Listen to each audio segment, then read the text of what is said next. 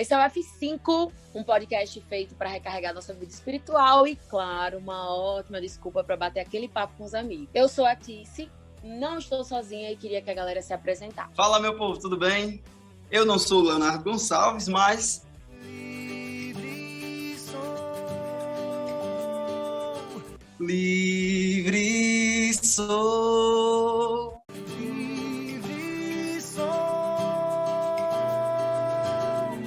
Livre sou.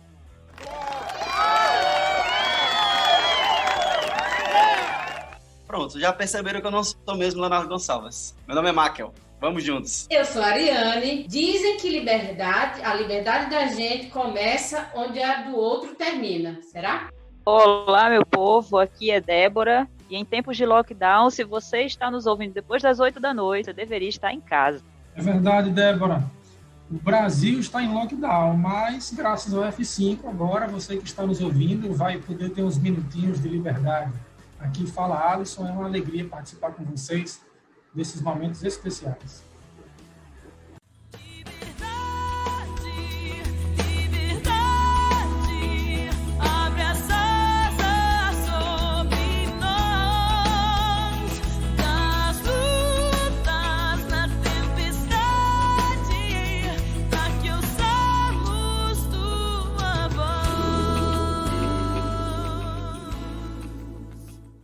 Ei, para a música, para a entrada, eu quero falar agora. A gente vai falar de liberdade hoje. Liberdade é nossa pauta de hoje. Liberdade para dentro da cabeça. A gente escuta muito falar sobre liberdade. Liberdade sobre várias coisas, sobre vários aspectos da vida, mas a gente vive num mundo muito intolerante. Então é arbitrário as ideias. Às vezes é difícil nos colocarmos e sabermos qual é o nosso lugar, mas hoje a gente quer convidar você para pensar um pouco sobre isso.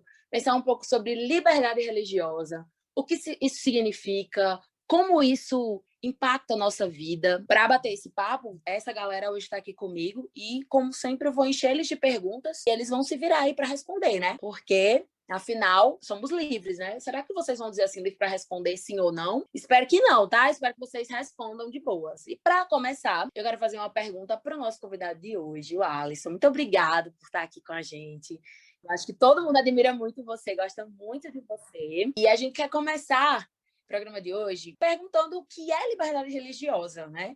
É uma necessidade ou é só um mimimi desses crentes? Muito bem.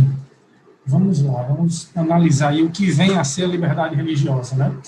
Justamente pelo conceito de liberdade, pela possibilidade de sermos livres, né?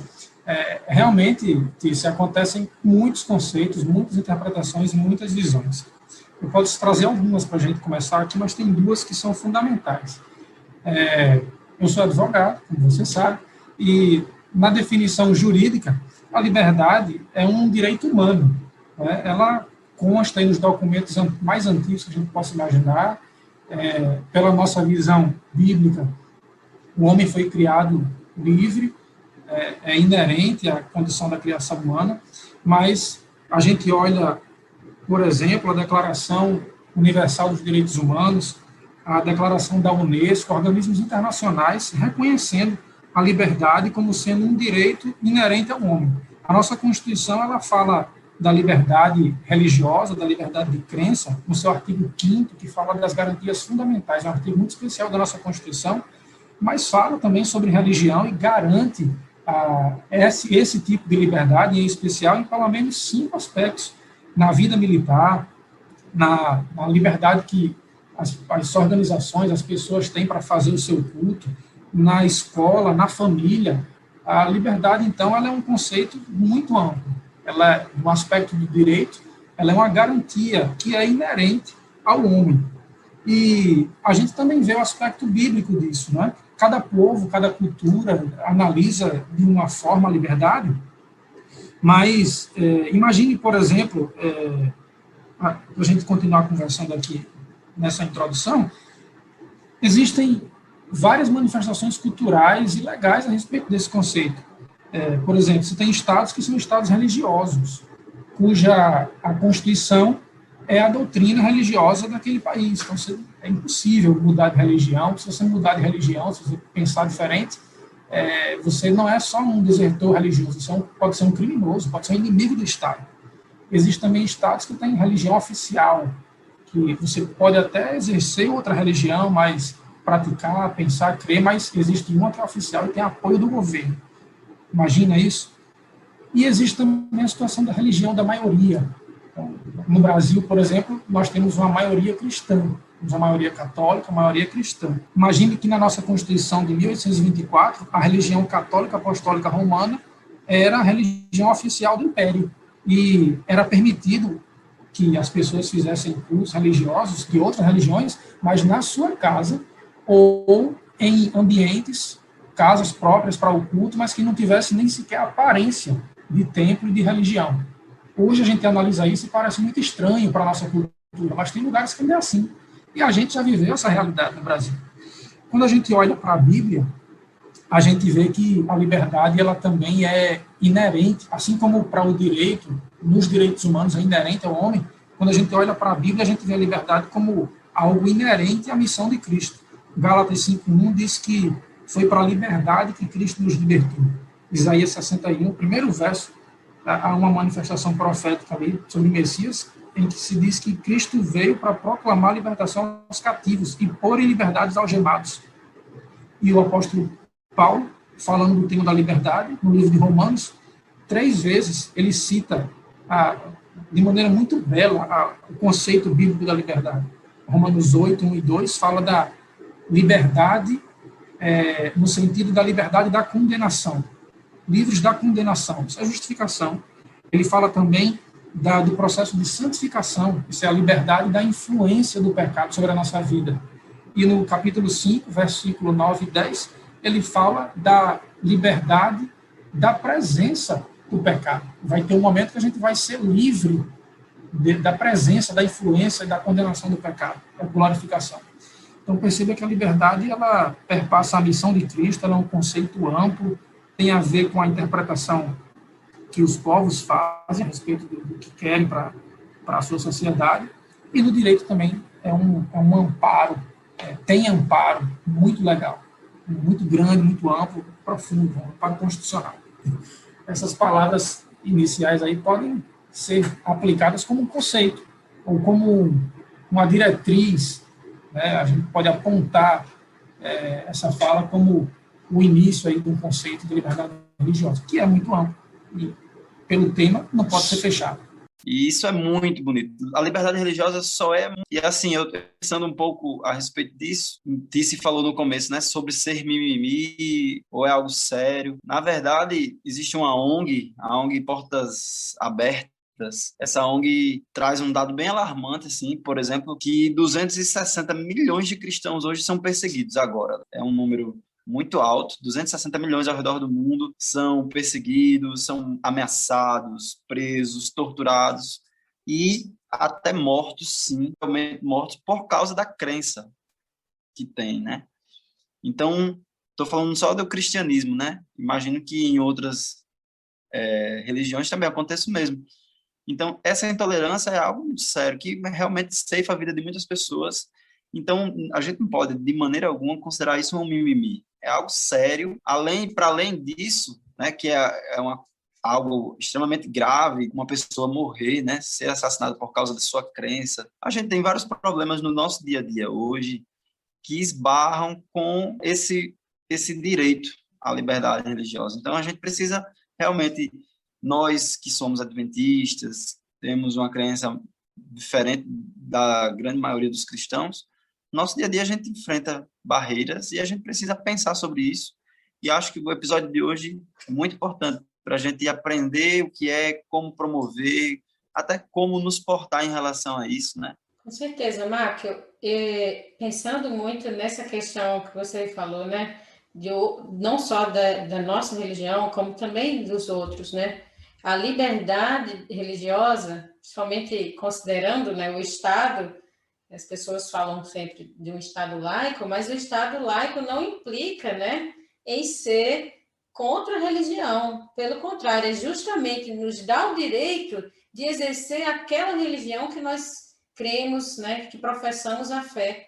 e cada um poder ter sua liberdade de decidir e professar essa fé. Nós, como adventistas, nós temos, né, especificidades, como o Marco já colocou, mas há outras religiões também que precisam, as outras pessoas de outras religiões também precisam ser respeitadas e ter o direito de exercer aquilo que elas acreditam de fato.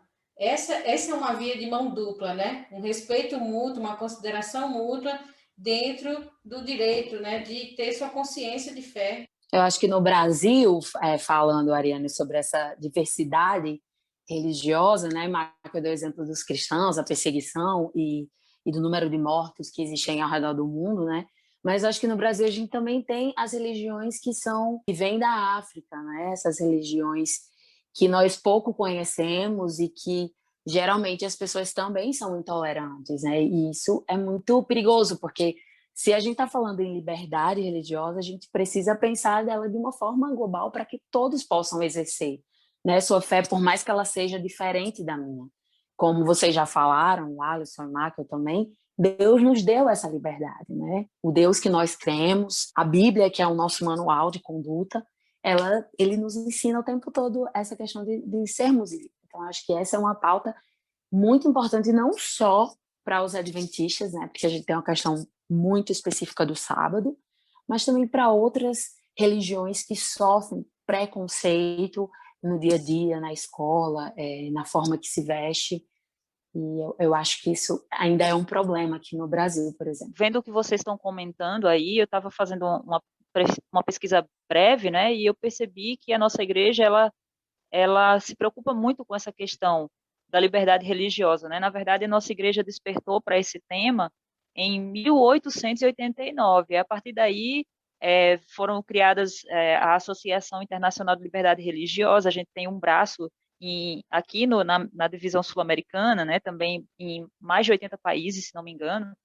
E o interessante é que, como o Tice estava falando, essa associação internacional que foi criada pela nossa igreja, ela não defende só os adventistas, né? Ela acaba reunindo líderes de várias outras denominações. Eu acho que isso é interessante. Liberdade para todos. Liberdade para todos, né? A bandeira adventista da liberdade religiosa é exatamente essa, muito pertinente, a liberdade para todos.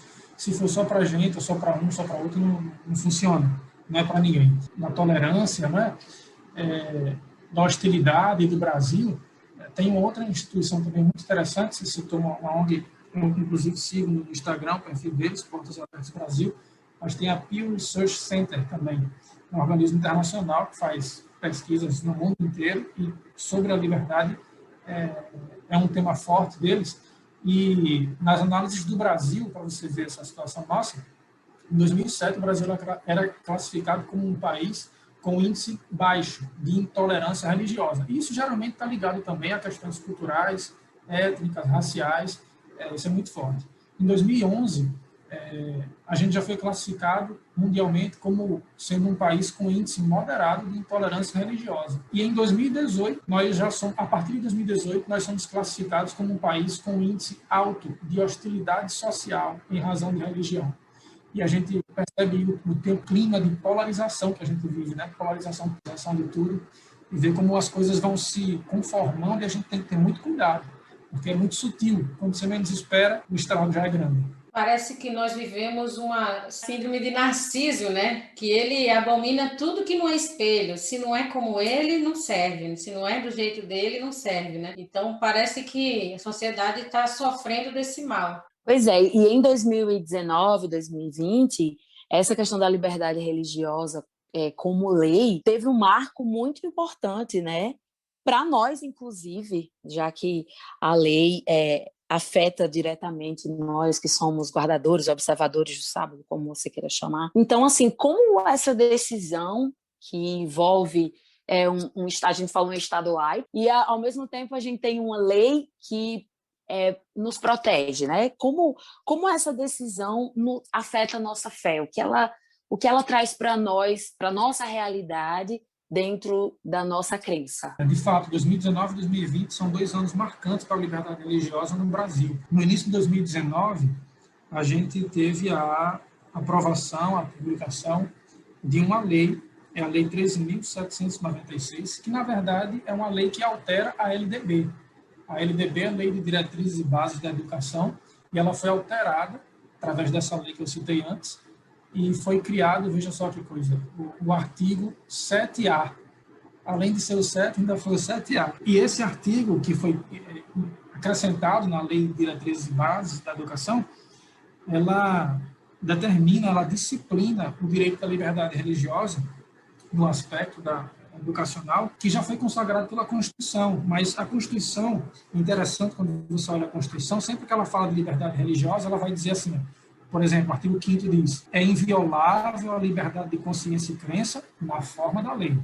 Aí outro inciso diz: é assegurada, nos termos da lei, a prestação de assistência religiosa. Ninguém será privado disso, está fixado em lei. Então, sempre a Constituição faz menção a uma lei que ninguém nunca viu.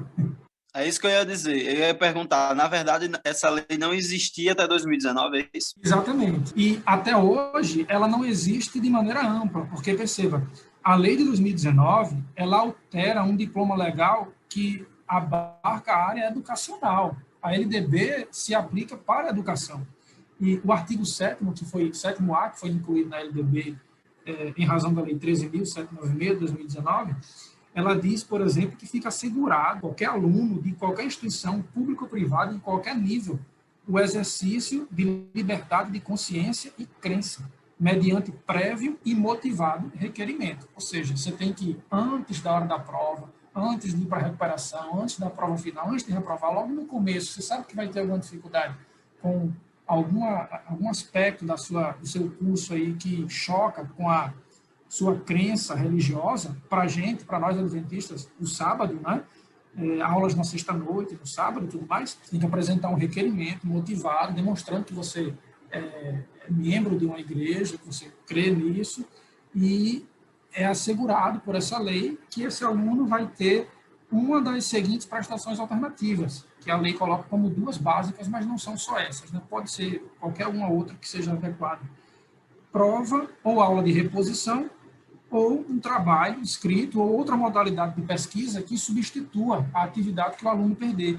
Então, agora, quando a Constituição diz que é assegurado a crença religiosa, e quando algum aluno se vê na sua carreira acadêmica, em qualquer nível, público ou privado, diante da escolha, e agora, eu prossigo na educação ou sigo minha fé? Essa é uma dúvida muito injusta, que o Estado não pode permitir, sob pena de ferir um direito fundamental, um direito humano da liberdade religiosa. Então, se surgir esse conflito, a vida acadêmica já tem uma solução legal, que é essa que a gente está citando. Pergunta, você falou em qualquer nível, significa que ensino fundamental, ensino médio, ensino superior também? Infantil, superior, pós-graduação, né? O texto da lei diz assim: ao aluno regularmente matriculado em instituição de ensino, pública ou privada, de qualquer nível. Então, educação, você tem esse direito, está garantido pela LDB, artigo 7º-A. Esse é o aspecto da educação. Mas a vida não é só educação, né? Tem outros aspectos. O aspecto profissional, tem o concurso público, as várias relações aí de trabalho que a gente tem, além da educação, obviamente. E aí foi citado também, né, a Tice falou 2019, 2020, esse é o marco de 2019.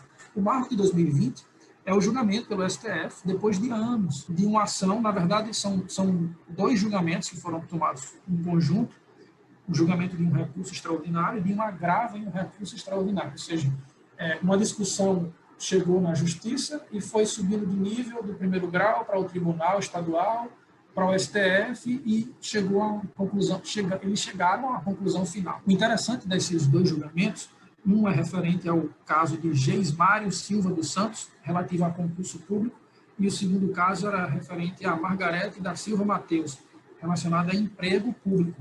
Ambos adventistas, ambos a questão foi o sábado. Então, o que aconteceu? Primeiro, eu destacaria que, em ambos os casos, a tese que foi fixada, ou seja, o entendimento, a interpretação do STF sobre essa situação, ela foi tomada como tema de repercussão geral. Ou seja, em todo caso que houver uma discussão semelhante a respeito do conflito da etapa de concurso público, realizar a etapa de concurso público em outros dias diferentes do edital, por causa de crença religiosa, todo juiz agora vai ter que seguir essa orientação. E com relação a emprego público, se o tema for levado também à administração pública não tiver esse encaminhamento, todo juiz vai ter que seguir essa orientação também. E o que acontece?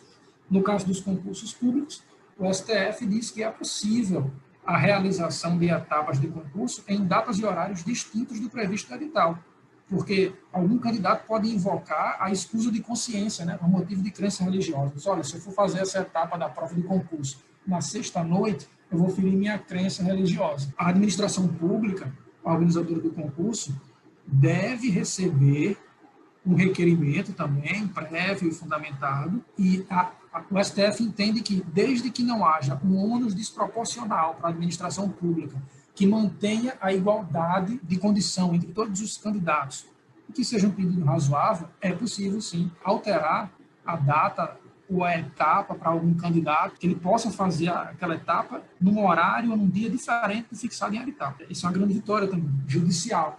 Agora não é a lei, né? É uma decisão judicial que pode ser revista, pode ser relativizada. E o caso da Margarete, relacionado ao emprego público, onde o STF estabeleceu que podem ser estabelecidos critérios alternativos para avaliação, mesmo no período de estágio probatório, para um funcionário público que não possa exercer alguma atribuição do seu trabalho, da sua função, por ir de contra ao que ele acredita como crença religiosa. Então, uma escala de serviço no horário que choca com o dia de guarda, ou até alguma atividade não relacionada ao dia, mas a execução da própria atividade é contra aquilo que eu acredito ser preceito religioso.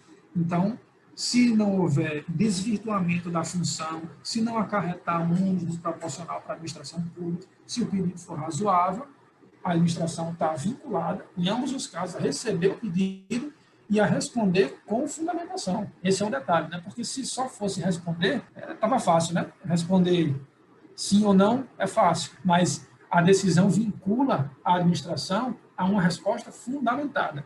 Se é não, ela vai ter que dizer por que não. Vai ter que demonstrar por que é o excessivo, o ônus, por que torna desigual a concorrência, por que não é possível, por que não é viável. É uma conquista, uma vitória da liberdade religiosa. E essa conquista trouxe grande repercussão, né? E isso também deu oportunidade de testemunhar. Eu acredito que em todos esses passos que a liberdade religiosa tem dado aqui no Brasil, mais e mais pessoas têm sido alcançadas com essa mensagem, e isso tem sido positivo. Eu assisti esse julgamento, né, lá do STF, e eu fiquei impressionada com a fala dos defensores públicos, né, que iniciaram, porque, assim, às vezes até parecia que tinha mais convicção do que algumas... No caso dos advogados, né, que você está falando? Não, eram os defensores públicos. A defensoria pública, tendo em vista que era um direito de minoria e é um direito humano que deve ser garantido a todos, a defensoria pública entrou junto na causa e disse, nós vamos defender isso aí também. Estamos juntos. Exatamente. E, ao defender, mostrava uma convicção que é realmente bela de ser vista, porque até fiquei pensando, assistindo e dizendo, nossa, todo cristão, especialmente adventista, porque estava sendo tratado uma questão da guarda do sábado, deveria assistir esses vídeos e ver como que as pessoas estão defendendo, e às vezes a gente não defende com o mesmo empenho, né? E cede por questões pequenas, pela pressão de grupo, pela vergonha, pelo constrangimento de ter que falar alguma coisa, e a gente poder ver pessoas que não professam a mesma fé, mas estavam defendendo o direito do outro ali, das minorias, é de forma bela de ser visto. E eu, inclusive, aproveito aqui para indicar, esses vídeos estão salvos, estão disponíveis no YouTube, as pessoas podem buscar aí, se vocês buscarem Pleno Liberdade Religiosa em Concurso Público, vai ter parte 1 e 2, de várias partes, na verdade, vocês buscando, vocês vão encontrar e vão ter a oportunidade de ver e ouvir esse julgamento e poder, assim, entender melhor e também sentir o mesmo que eu pude sentir na hora que estava assistindo. A comoção de entender que, às vezes, até mesmo a pessoa que não está na mesma condição que nós estamos, ela defendendo o direito, o nosso direito. Assim, a gente também deve defender esse direito, pensando também no nosso próximo. Também da mesma forma no processo da lei, viu, em 2019. Pessoas que não têm nenhuma afinidade, nenhuma vinculação, parlamentares, que não têm nenhuma afinidade ou vinculação com a igreja, com assuntos religiosos, quando viram o debate, a proposta de lei tramitando ali e perceberam que se tratava de um direito humano fundamental, de uma minoria, isso foi suficiente para pessoas de orientações políticas, religiosas e filosóficas totalmente contrárias a qualquer assunto religioso, assumirem a causa como se fossem sua, tocarem o projeto assim de maneira espantosa. Então, a gente vê a mão de Deus usando tudo e todos em prol da liberdade, para garantir a liberdade para todos. Vocês falaram, né, a gente está falando do exemplo do sábado, mas nós também temos outros irmãos, né, que são os nossos irmãos testemunhos de Jeová, como popularmente são conhecidos, que, de acordo com a crença deles, eles não fazem transfusão de sangue. Independente se concordamos ou não, né, eles têm direito a não fazer. Então, eles andam com um documento quando são hospitalizados, em que garante o direito. Eu não sei como é que funciona isso, Alisson, não sei se você sabe também, mas assim, que eles também não são obrigados, né? Os médicos, a equipe médica não pode fazer a transfusão caso o paciente que não quer fazer por questões de crença, né? Independente de concordarmos ou não, essa questão da aceitação da crença do outro, de você conseguir se colocar no lugar do outro, é muito importante para esse mundo que a gente vive hoje, porque há uma arbitrariedade, né, gente? Vamos combinar, né? Por um lado, a gente quer ter liberdade, as pessoas querem ter liberdade, mas aí parece que a liberdade de um esbarra na liberdade do outro e é como se não pudesse conviver juntos. Mas quando a gente olha para Jesus, para a vida que ele teve aqui, ele convivia com pessoas muito diferentes, porque por mais que fosse um lugar que não fosse tão grande como hoje nós temos o mundo, mas ele vivia num lugar em que as ideias e a cultura eram muito diferentes das pessoas. Ele conseguia conviver com. E eu acho que é um ótimo exemplo para nós hoje pensarmos dessa forma. Exatamente. Os testemunhos de Jeová têm um processo muito semelhante ao nosso com relação à liberdade de crença. A mesma discussão que se aplica a gente, todo esse discurso que se aplica à questão do sábado, se aplica também às testemunhas de Jeová, com relação ao seu direito. Há um conflito muito grande aí também, porque o método que é juramentado também, ele também entra no conflito, né? Então, são questões bem delicadas, mas a liberdade tem que ser garantida para todos. E a gente fala muito em liberdade, a minha liberdade acaba quando a sua começa. Tá? E aí tem 2 textos bíblicos que eu queria trazer para a nossa conversa hoje. O primeiro está lá no Mateus 22, 21, que é quando Jesus fala que nós dá a César, a famosa frase, né?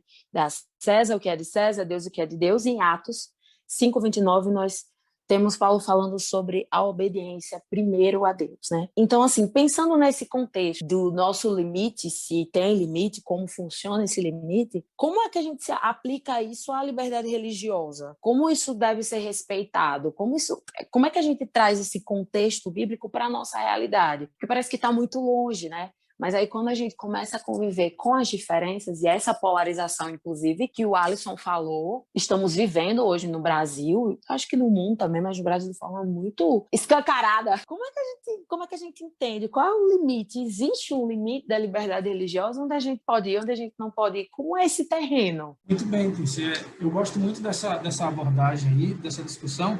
E a palavra-chave para a gente começar essa conversa aí, em ambas as situações, é realmente contexto. Como é que se trata dessa situação no contexto da liberdade religiosa, nesse terreno aí acidentado, pedregoso, mas também tem muito espaço para todo mundo. No texto de Mateus 22, 21, a gente encontra ali, né, aquela frase célebre, dai a César o que é de César e a Deus o que é de Deus. E nesse contexto, a gente está diante da discussão de direitos civis, de tributo. A gente não está falando aí especificamente de liberdade religiosa, muito embora a gente possa extrair conceitos disso.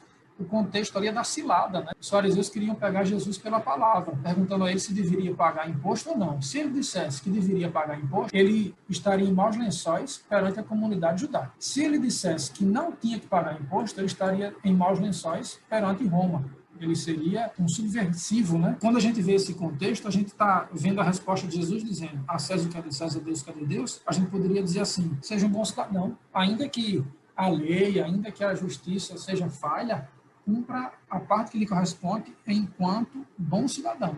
seja um cidadão exemplar. Lá em Romanos, Paulo vai falar de obediência devida às autoridades. A quem tributo, tributo, a quem honra, honra, a quem obediência, obediência. E isso é muito claro. Mas quando a gente vê Atos 5:29, a gente encontra ali, antes importa obedecer a Deus do que aos homens. Aí parece que uma coisa entra em conflito com a outra. Mas a gente obedece ou a gente chuta o pau da barraca aí, a gente chuta o balde. Veja que lá em Atos, o contexto é que os apóstolos estavam presos porque estavam pregando sobre Jesus. Aí vem um anjo no cárcere, de maneira sobrenatural, abre a porta, diz, sai e vai pregar. Então vem o mensageiro do céu diretamente, e o motivo da prisão ali, o contexto não era uma discussão civil, ali era realmente uma questão religiosa, e eles vão pregar. Aí a polícia vai lá e pega eles estão pregando. O texto bíblico diz que a polícia vai com cuidado, vai chamando assim, amigos, nós estamos lhe convidando para a delegacia, porque eles estão com medo de ser apedrejados. Prisioneiros ali, fugitivos, digamos assim, e desobedientes, subversivos, eles eram muito poderosos. O povo ia para onde eles passavam, para a sombra deles, passar por cima deles e se curar. Eles tinham um poder muito grande ali. E eles são levados para o Sinédrio, e lá as autoridades dizem para eles expressamente, nós não dissemos a vocês que não pregassem mais em nome de Jesus? Aí eles tocaram no ponto específico da liberdade religiosa. Aí, nesse contexto, na hora que o direito civil, na hora que a cidadania choca frontalmente com o preceito divino, com a lei do céu, aí é hora de chutar o balde. Aí os discípulos vão lá e dizem assim, antes importa obedecer a Deus do que aos homens. Nós obedecemos aos homens. Mas, se obedecer ao homem implica obedecer a Deus, desculpe homem, desculpe polícia, se quiser me levar, me leve, mas eu não vou parar de falar não, irmão.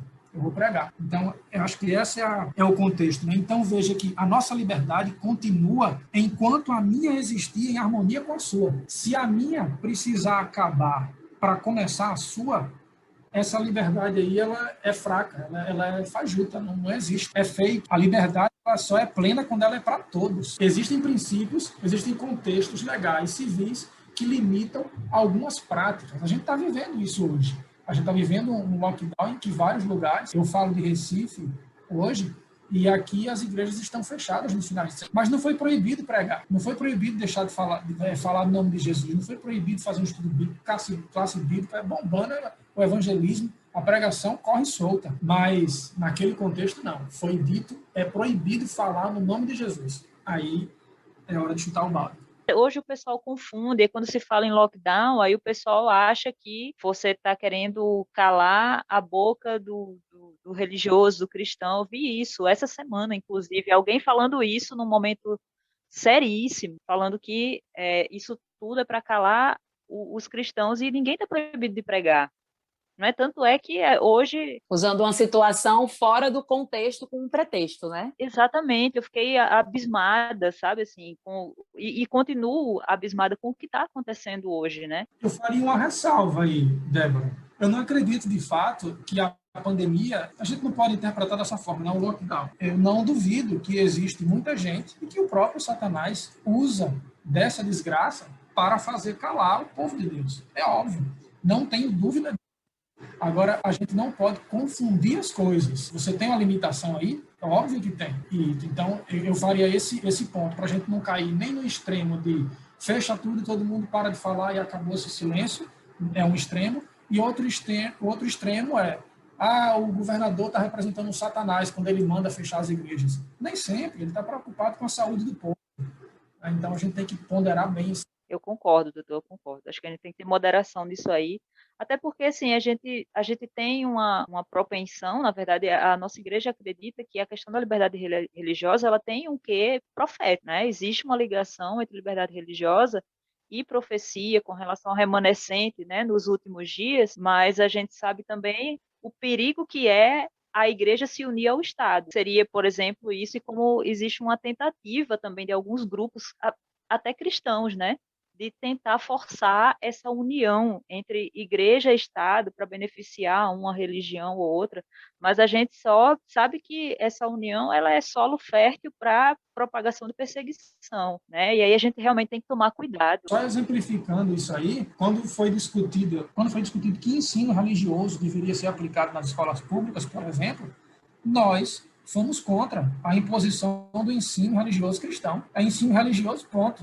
Não dá para a gente unir o que é, o que não é, e entrar nas vias do Estado aí, não. Tem que guardar o seu espaço. E assim como Jerusalém teve um primeiro cerco, né, a gente pode sim fazer um ensaio, fazer algumas reflexões nesse momento de fechamento de igrejas, se a gente precisa da igreja aberta, de um templo, de um prédio aberto, né, digamos assim. Se a gente precisa de um prédio aberto para poder ser igreja, nossa fé está em apuros, não é? Esse é um momento de reflexão, de ensaio, de pensar sobre como faremos e como estaremos quando fechar de vez, né? A gente entra em conflito, porque como outro episódio que a gente teve aqui com o Dr. Farias, falou, a essência da religião é aglomerar, né? Por mais polêmico que isso seja, a nossa essência é a aglomeração, é abraçar e chorar junto, é pregar e estar no meio do povo e fazer arrancadas. Então, realmente a gente está acostumado com esse tipo de evangelismo e agora a gente está tendo que fazer uma nova adaptação. Mas Deus é tão bom que, por exemplo, eu não estava conseguindo, eu digo assim, eu não estava tendo a oportunidade de dar estudos bíblicos enquanto eu estava circulando livremente por aí. Mas hoje eu estou dando estudo bíblico online. Eu digo, nossa, assim, o evangelho só precisa de ter pessoas dispostas e comprometidas. Eu acredito muito nisso, mas claro que tá difícil, não é nada fácil.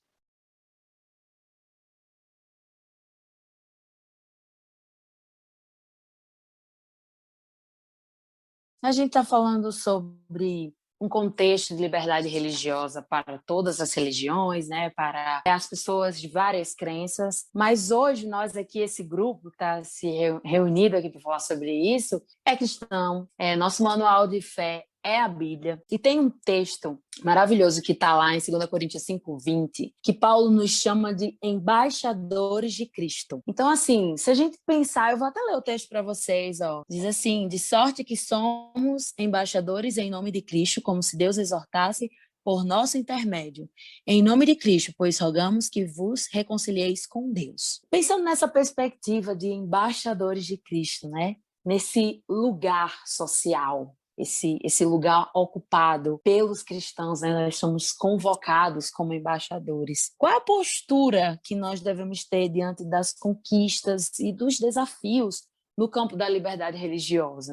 Como lidar com o que é certo ou onde a gente pode ir, né? O Alisson falou um pouco aí sobre a questão dessa liberdade que acaba na sua, que esbarra. Eu acho muito interessante, né? Acho que poderia ser um novo jargão aí para a gente pensar sobre isso, que não é uma liberdade real, né? Então, como é que a gente concilia isso como embaixadores de Cristo num mundo tão plural, tão complexo? Interessante também esse verso aí, essa questão da embaixada, né? A gente faz uma analogia com o nosso sistema para ficar mais perto do que a gente vive, né? Na questão das relações exteriores, hoje, a gente tem ali nesse contexto as embaixadas e os consulados, né, dentro do mesmo sistema de relação exterior. Eu acho muito interessante essa discussão. Porque o que são as embaixadas, né? Vamos pensar assim. A embaixada é um território inviolável de um país representante em outras terras, né? Então, se eu tenho a embaixada do Brasil nos Estados Unidos, eu tenho ali aquele pedacinho da embaixada do Brasil, dos Estados Unidos, do Uruguai, sei lá, em qualquer lugar, é território brasileiro. Está sob as regras do Brasil. E o embaixador, aquele que está ali representando o Estado brasileiro, ele também vive sob as regras do Brasil. Eu acho interessante que quando o Paulo faz essa menção aí de embaixadores, é exatamente isso, né? Ser embaixador pressupõe alinhamento com o governo representado. Então, se ele representa o governo brasileiro, o embaixador, ele tem que estar muito alinhado com a postura do Brasil. A embaixada, a gente sabe que a embaixada ela só tem uma em cada país, né? Geralmente na capital. Mas dentro das relações exteriores tem uma figura também muito interessante, que eu acho que complementa bem essa imaginação aí, digamos assim, que é o consulado. Enquanto o embaixador, a embaixada, tecnicamente, estabelece relações diplomáticas entre governos, o consulado, o cônsul, ele atende o povo daquele país, do país da embaixada, né, que está no país estrangeiro. Por exemplo, o cônsul brasileiro no Paraguai, ele atende em várias cidades, existem vários consulados por país, não necessariamente só um, para atender o povo brasileiro que está em outras terras. Quando a gente se pega no texto bíblico, vendo Paulo dizendo assim que nós somos embaixadores, né, como se Deus exortasse por nosso intermédio, é exatamente isso. A gente tem que estar completamente alinhado com o governo do céu para cumprir os interesses do céu na terra onde a gente está.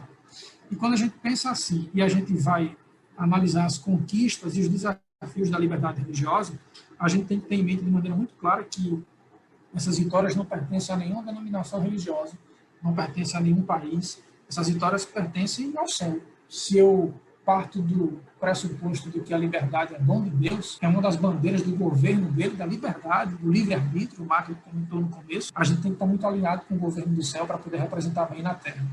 E eu não vejo Jesus tripudiando dos seus adversários, digamos assim, sob nenhuma circunstância e nenhuma vitória. Eu não vejo ele saindo da cruz e virando para os pecadores lá e para o pessoal que gritava crucifica e dizer assim, chupa essa manga, saí, estou aqui. Eu não vejo. A gente tem que ter muito cuidado com... Veja, eu vou citar um exemplo aqui, fala dessa minha preocupação. Eu era professor em uma universidade e numa reunião de professores, um colega, ele levantou assim no meio da reunião. Eu estava sentado nesse dia lá no fundo, eram mais de 50 professores, curso de Direito, e ele levantou na reunião assim, alguém aí de vocês tem algum aluno adventista?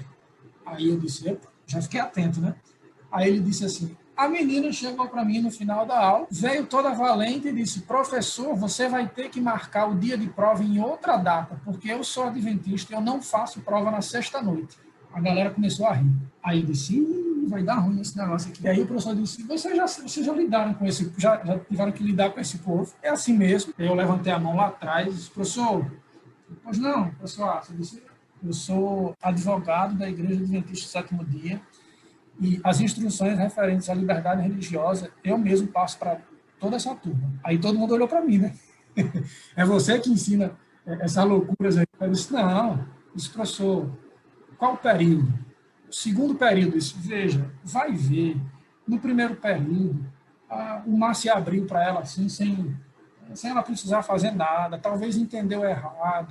Não é assim. E o coordenador do curso tinha sido meu professor, e ele estava presidindo a reunião. E eu disse, olha, pergunta ao professor aí, que está coordenando a gente agora, eu fui aluno dele 3 vezes, as 3 vezes com aula na sexta-noite, e nenhuma vez a gente teve problema por causa disso. Então, eu tive uma oportunidade ali, graças a Deus, de estar presente naquele momento, desfazer o embaraço mal entendido e dizer que era na base da conversa, na confiança, na dedicação, no que era possível, na amizade, que era um direito, sim, constitucional, mas que a gente não queria impor isso a ninguém, que era uma questão... Então, percebe como muda a postura do embaixador, ele tem que estar alinhado com os princípios do governo que ele representa. Quando a gente tem histórias e desafios, né, a gente tem que se portar como o reino que nos envia para ser embaixadores. É isso mesmo. Me faz lembrar até de um texto de Pedro, né, na primeira epístola 4, 15, 16. Pedro alerta, né, que se for para a gente sofrer, tem que sofrer como cristão, não como quem se mete no negócio dos outros, como malfeitor, como ladrão, né? Então, como alguém que é irresponsável, porque às vezes também acha que quer, né, se aproveitar da circunstância e dizer, não, na verdade Pedro até fala, né, se for para sofrer como cristão, você glorifica a Deus, mas se for para sofrer dessas maneiras, vocês estão sofrendo de forma justa, porque não entrega, não cumpre prazo, né, simplesmente por relato. Então, é uma coisa que nos fica o alerta aí, até mesmo no como nós vamos expressar, né? Como que nós vamos falar para as pessoas naquilo que nós acreditamos, né? Como que o embaixador ele vai representar o país? Ele não vai de qualquer maneira, ele não vai usar palavras, não deve usar palavras de jargão, né? De baixo calão, nem nada disso. Ele deve ter uma coerência com aquilo que ele está representando. E, do mesmo modo, nós temos que ser coerentes com a fé que nós estamos professando. E essa coerência implica também em ter um santo procedimento, ser correto com aquilo que nós estamos fazendo. Eu acho que tudo isso que foi falado, né, só revela a singularidade dessa questão da liberdade religiosa, né, porque ela envolve uma dimensão que é interhumana, mas ela também, e acima de tudo, ela revela a nossa relação com a pessoa de Deus, nosso Criador, nosso Redentor, né, na pessoa de Cristo. Então, assim, a força, a coerção, né, certas palavras, elas não cabem, por mais que a gente tenha o direito. Eu lembro muito do Alisson, né, em alguns desses momentos, eu participei, né, de algumas dessas orientações que você passou, e teve até um momento, uma dessas reuniões, acho que foi num congresso de jovens, que teve um momento que o senhor falou assim, tem horas que a gente tem que tomar a cruz e seguir. Mesmo a gente tendo aquele direito, vai ter uma hora que a gente, exatamente, que é melhor, é mais fácil, né? Aliás, é melhor não. Cabe melhor no nosso testemunho aceitar. E como, por exemplo, não deu certo nessa disciplina, paga de novo, né? Em outro momento. Faz em outra situação, enfim, às vezes não vai dar certo naquele momento, mas não adianta também tentar sair do papel de cristão e começar agora a gritar, porque eu já vi isso.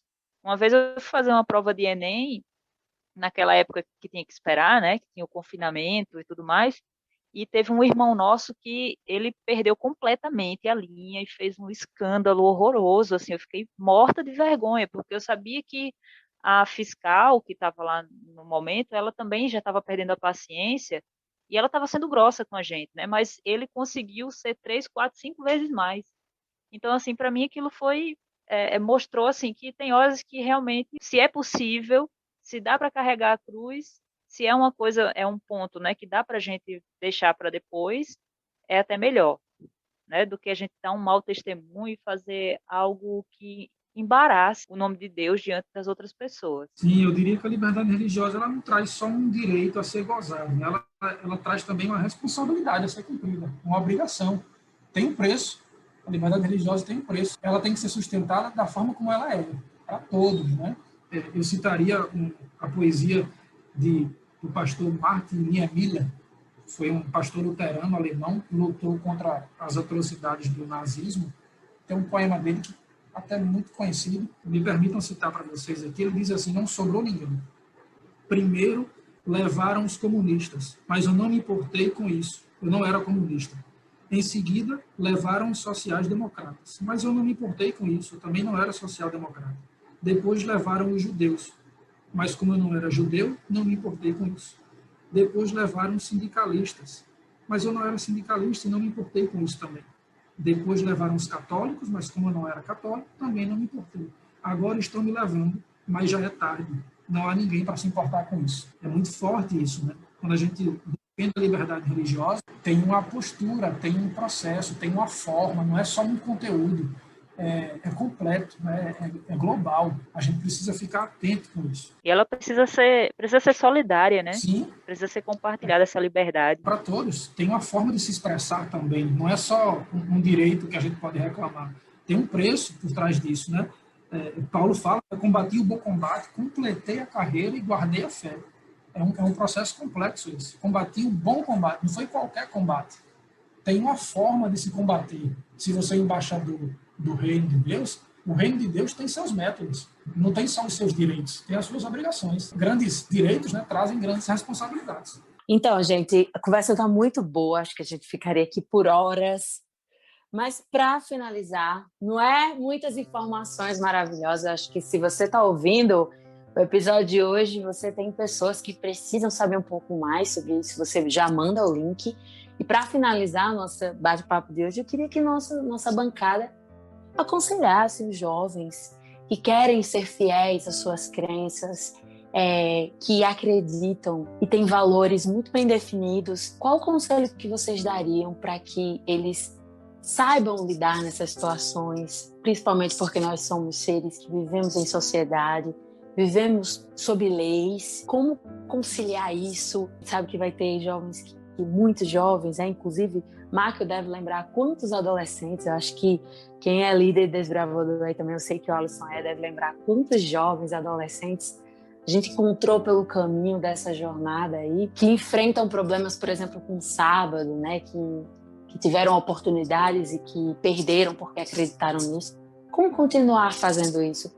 Como continuar respeitando a sua fé e respeitando o outro nesse contexto, nessa pluralidade cultural e religiosa que nós vivemos? Eu diria que sigam o modelo de Cristo. Amem os seus semelhantes, respeitem os seus semelhantes e procurem ser fiel àquilo que vocês acreditam, à fé que vocês seguem. Esse é o segredo.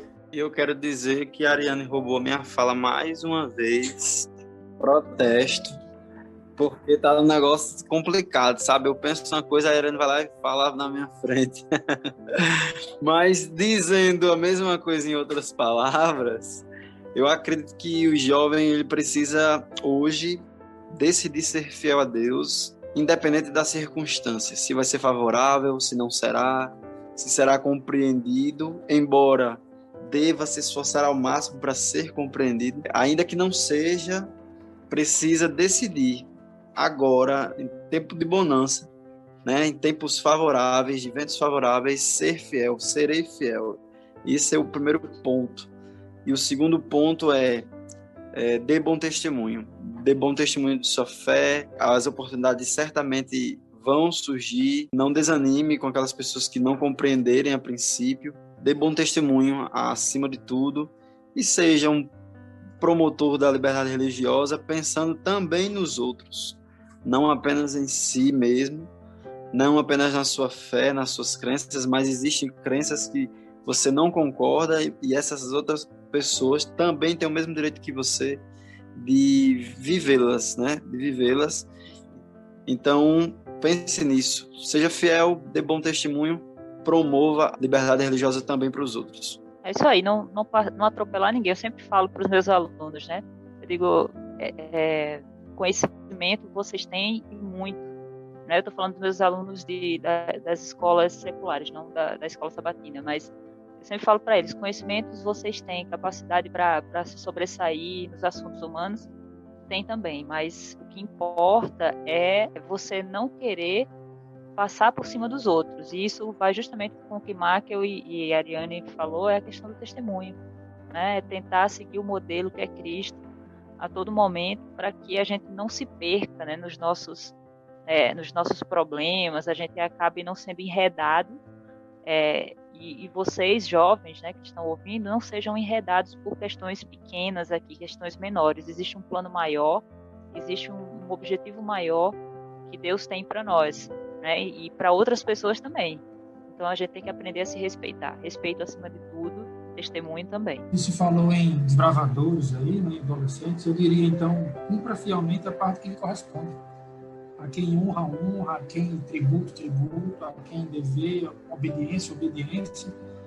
Diria também, combata o bom combate, com as armas certas, com o procedimento, com a estratégia compatível com o reino que lhe enviou como embaixador. Seja leal, seja fiel ao país que lhe nomeou assim. Eu deixaria um verso também, Gálatas 6, 7 a 9. Eu diria assim, não vos enganeis, Deus não se deixa zombar, pois aquilo que o homem semear, isso também ceifará. Porque o que semeia para a sua própria carne, colherá corrupção, mas o que semeia para o Espírito, colherá a vida eterna. E não nos cansemos de fazer o bem, porque a seu tempo ceifaremos, se não houvermos desfalecido. Se você se sentir injustiçado, lesado em algum direito que você sabe que lhe assiste, especialmente em questões de liberdade religiosa, às vezes essa revolta pode se direcionar até contra Deus, mas Senhor, fui fiel, por que isso? Cumpra a sua parte, deixe a de Deus com ele. A vingança pertence a ele, não pertence a gente. Dedicar-se ao máximo a esse relacionamento, a essa missão, e deixar os resultados com ele, para colher o que ele lhe ajudar a plantar, somente. Amém, que coisa maravilhosa, Alisson, muito obrigada. Você poderia orar conosco para a gente encerrar?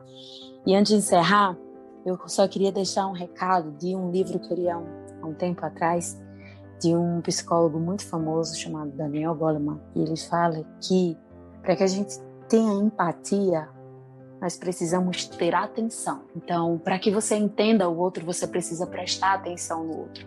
Eu acho que isso é primordial na liberdade religiosa. Às vezes, por termos crenças diferentes, nós não ouvimos os outros. Mas eu convido você a partilhar um pouco da personalidade de Cristo, em ouvir o outro com atenção. E assim ter empatia com o sofrimento dele.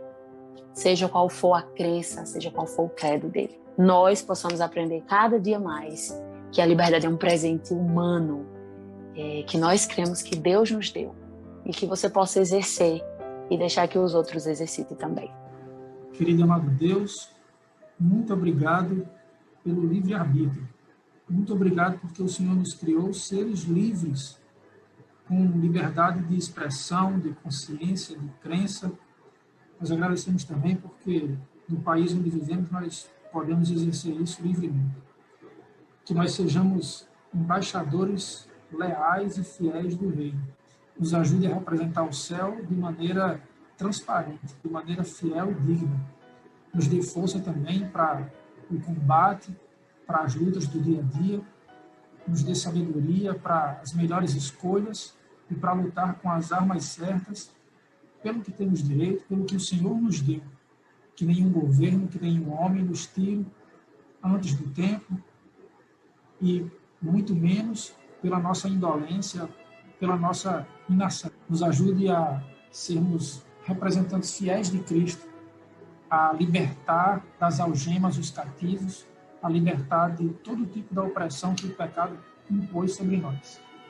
Nós pedimos que o Senhor abençoe cada um que escuta essa mensagem, que a receba no seu coração como sendo um recado do Reino que nos fez por embaixada nesse mundo.